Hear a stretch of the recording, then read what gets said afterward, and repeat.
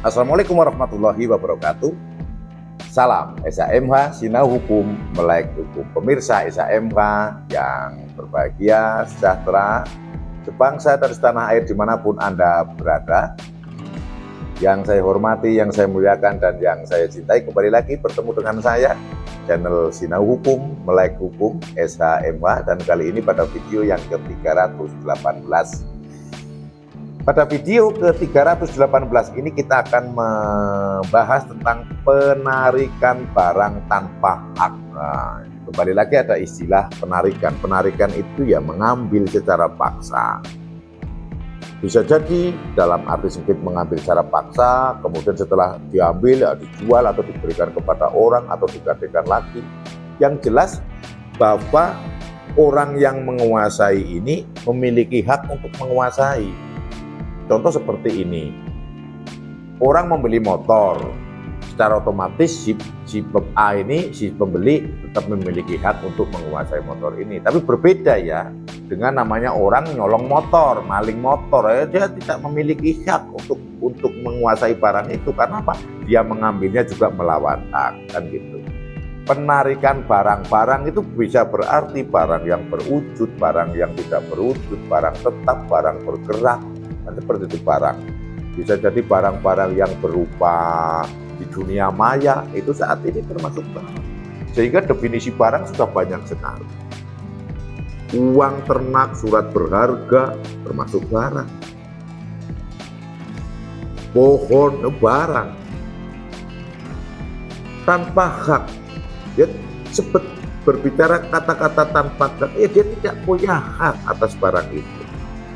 Sebetulnya orang itu tidak memiliki hak untuk menarik, tidak memiliki hak atas barang itu, tapi dia menarik, mengambil barang itu menjadi di dalam kekuasaannya. Penarikan barang tanpa hak, itu yang bisa saya terangkan tentang apa definisi dari atau apa makna dari kata atau kalimat penarikan barang tanpa hak. Pada video ke-318 ini kita akan membahas pasal 520 KUHP baru, Undang-Undang Nomor 1 tahun 2023 yang akan berlaku nanti 2 Januari tahun 2026. Ayat 1 berbunyi, dipidana dengan pidana penjara paling lama 3 tahun atau pidana denda paling banyak kategori 5. Kategori 5 berarti 500 juta rupiah. Setiap orang itu ya siapa saja, saya, Anda, jenengan semua, bisa jadi orang per orang atau korporasi atau organisasi. Titik 2A, menarik sebagian atau seluruh barang miliknya atau barang milik orang lain untuk keperluan pemiliknya dari orang lain yang mempunyai hak gade, hak menahan, hak pungut hasil, atau hak pakai atas barang tersebut. Akan saya uraikan satu persatu kata-katanya. Karena untuk huruf A atau pasal 520 KUHP baru ini, kata-kata yang ada di dalam pasal ini adalah kata-kata yang terkait juga dengan hukum perdata. Di situ ada kata-kata hak gade. Gade itu keperdataan. Hak menahan atau hak retensi itu keperdataan.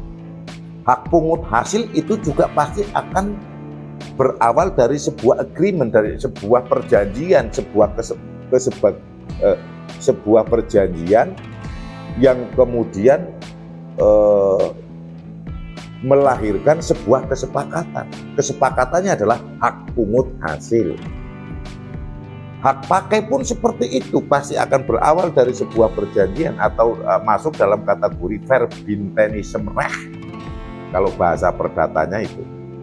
Kalau dalam bahasa hukum privatnya itu yang menghasilkan kesepakatan berupa hak pakai atas barang. Kan? Sebagaimana barang sudah saya sampaikan, barang itu bisa berwujud, tidak berwujud, bergerak, tidak bergerak, ya, banyak contoh. Dan saya pikir rekan-rekan sudah paham apa yang dimaksud dengan barang. Menarik sebagian atau seluruhnya. Misalnya, ada sebuah lahan lahan itu sawah. Sawah itu sudah digade. Kalau bahasa orang kampung itu dijual tahunan. Ini dia mengambil separuh dari hasil panen. Berarti itu kan sebagian. Padahal sawah itu sudah digadekan. Yang menanami, misalnya si A yang punya sawah, digadekan kepada si B. Maka B inilah memiliki hak gade. Memiliki hak gade atas sawah itu. Lah ini B ini ngambil barang itu, ngambil hasil panennya, padinya, dipanen sebagian. Kalau memang untuk memenuhi unsur bagian, atau malah seluruhnya, gitu kan? Seluruhnya. Sudah hak gade di sini juga memenuhi unsur hak pungut hasil. Memang tanahnya itu miliknya si A, namanya cuma digade supaya ditanami, sehingga yang diambil adalah hasil panennya. Jadi udah double ini contoh ini, ya kan? Satu hak gadenya atas kegiatan sawahnya, tetapi tidak mutlak miliknya si B, hanya si B memiliki hak untuk menanami, mengolah, kemudian mengambil hasil panennya, hak pungut hasil namanya. Baik seluruhnya atau sebagian. Kalau sebagian ya diambil separuhnya lah, katakanlah. Untuk contoh kan ini, kalau seluruhnya ya diambil semua. Sehingga dia mengingkari apa yang menjadi kesepakatan gade. Apa yang menjadi kesepakatan gade. Ini jelas, pasal ini menjadi, karena kalau di dalam KUHP lama yang seperti ini memang membingungkan. Membingungkan, pasalnya seperti paling pater mau kena penipuan kok enggak. Kok kepencurian ya bisa jadi masuk, ke penggelapan kok tidak masuk. Ini apa? Pencurian, penipuan. Nah, namun itu secara umum kalau berbicara penipuan atau pencurian, ini diatur lebih khusus. Diatur lebih khusus, sehingga kalau terjadi hal-hal yang seperti itu, jelas pasalnya. Lebih jelas ini, pasal 520. Yang bersumber dari Perikatan Keperda. Menurut saya sangat bagus ini, sehingga kalau ada kasus-kasus yang seperti ini, yang sebagaimana saya sampaikan, di kampung-kampung atau di tetangga saya juga kadang masih ada beli tahunan, bahasanya itu sebetulnya hak gade itu, hak pungut hasilnya itu sebetulnya. Kemudian yang unsur lain adalah barang milik orang lain untuk keperluan pemiliknya. Nah, atau ini orang lain yang mengambil orang lain, bukan ini kan A sama si B. Karena si B ini si A, C berjiwa pahlawan, malah dia yang ngambil itu kan. Diserahkan kepada si B kan gitu. Maka si C ini juga dihukum kalau dia barang miliknya atau milik orang lain untuk keperluan pemiliknya kan gitu. Jadi sudah yang manen C tapi diberikan ke B.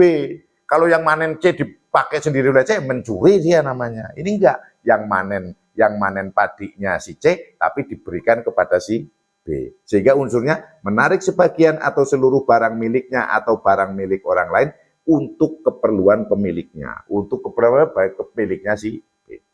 Hak gade. Kemudian akan saya sampaikan bahwa gade itu seperti ini ya, A sama si B. Nah ini biar nanti paham, supaya nanti ke depan bisa mudah. A punya sawah, butuh duit. Pak D, tolong ini sawah saya digade lah 10 juta ya. Oke, 10 juta. Pak D itu nanti nggarapnya 2 kali tanam. Oke, 1 tahun berarti. Oke, 2 kali tanam. Oke, dibayarlah 10 juta.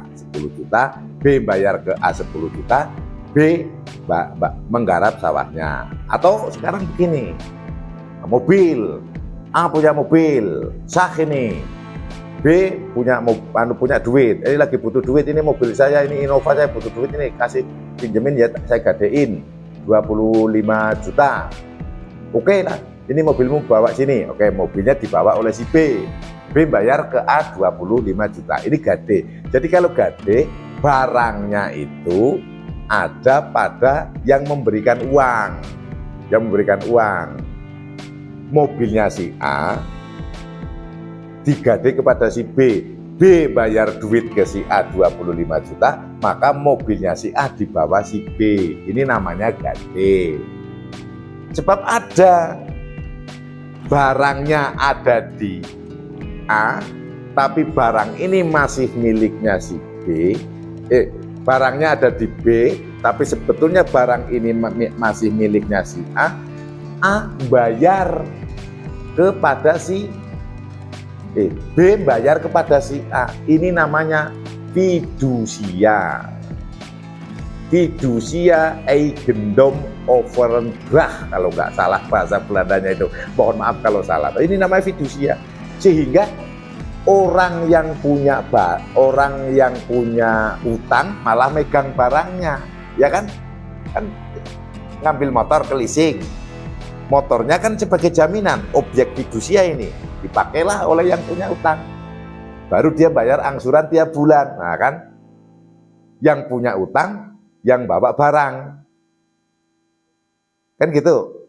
Beda kan kalau gade barangnya dibawa, barangnya yang punya utang si A dibawa oleh si B. A memberikan uang. Nah, nanti kalau sudah dikembalikan baru selesai. Itu bedanya gade dan fidusia. Ini untuk tambahan. Kalau mungkin penjelasan saya kurang jelas, akan kita bahas kalau nanti menemukan pasal-pasal di berikut antara perbedaan gade dan fidusia. Kemudian hak menahan. Hak menahan itu seperti ini ya. Ada seseorang yang memiliki perjanjian kuasa, misalnya ini advokat. Nah, ini advokat juga punya hak menahan, hak renter. Setelah ada surat kuasa, maka ada perjanjian kerja.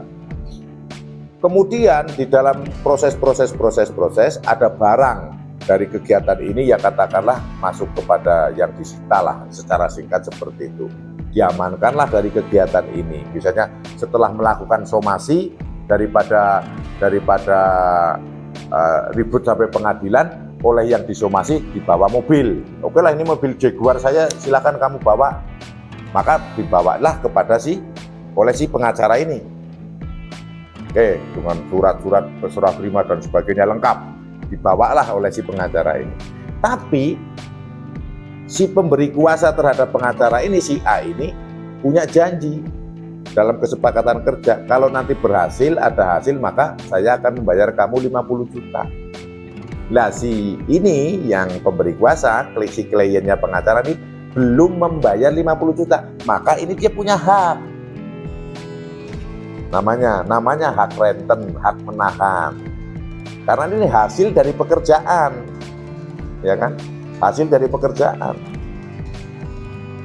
Ini sebetulnya kalau di dalam pasal-pasal yang di KUH Perdata ini diatur di dalam pasal 1616 dan 1812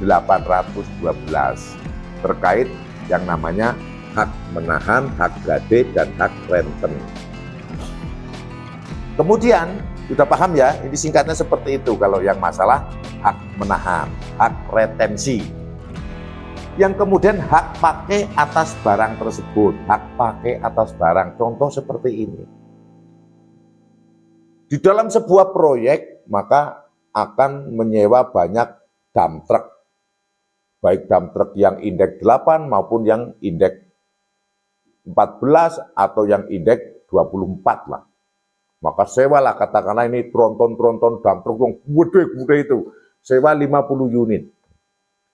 Nah kemudian setelah disewa, sudah dibayar untuk jangka waktu 6 bulan misalnya, lah ini diambil kan, diambil oleh si pemilik. Wah, dengan alasan macam-macam lah ini. Kan ini namanya menarik barang yang sebetulnya si penyewa ini masih memiliki hak pakai atas barang itu. Kenapa? Sewanya 6 bulan, 50 unit dump truck, tronton, sudah dibayar lunas, baru 3 bulan diambil dengan alasan, ini kena. Menarik sebagian atau seluruh barang miliknya atau barang milik orang lain untuk keperluan pemiliknya dari orang lain yang mempunyai hak gade yang jual beli sawah tadi. Hak menahan atau retensi, saya contohkan adalah advokat atau pengacara dengan kliennya. Hak pungut hasil masih sama juga yang gade sawah tadi. Hak pakai atas barang yang saya contohkan adalah sewa atau rental dump truck. Dipidana 3 tahun atau pidana denda paling banyak kategori setiap atau kategori 5. Ini adalah pasal untuk melindungi orang-orang yang memiliki hak sehingga tidak bisa dimain-mainkan. Semoga bermanfaat apa yang saya sampaikan pada video ke-318 ini. Apabila ada salah mohon dimaafkan. Terima kasih sudah menonton dari awal sampai akhir, sudah subscribe, dan bagi yang belum, mohon berkenan untuk subscribe channel SHMH Sinau Hukum, Melek Hukum. Wassalamualaikum warahmatullahi wabarakatuh. Terima kasih.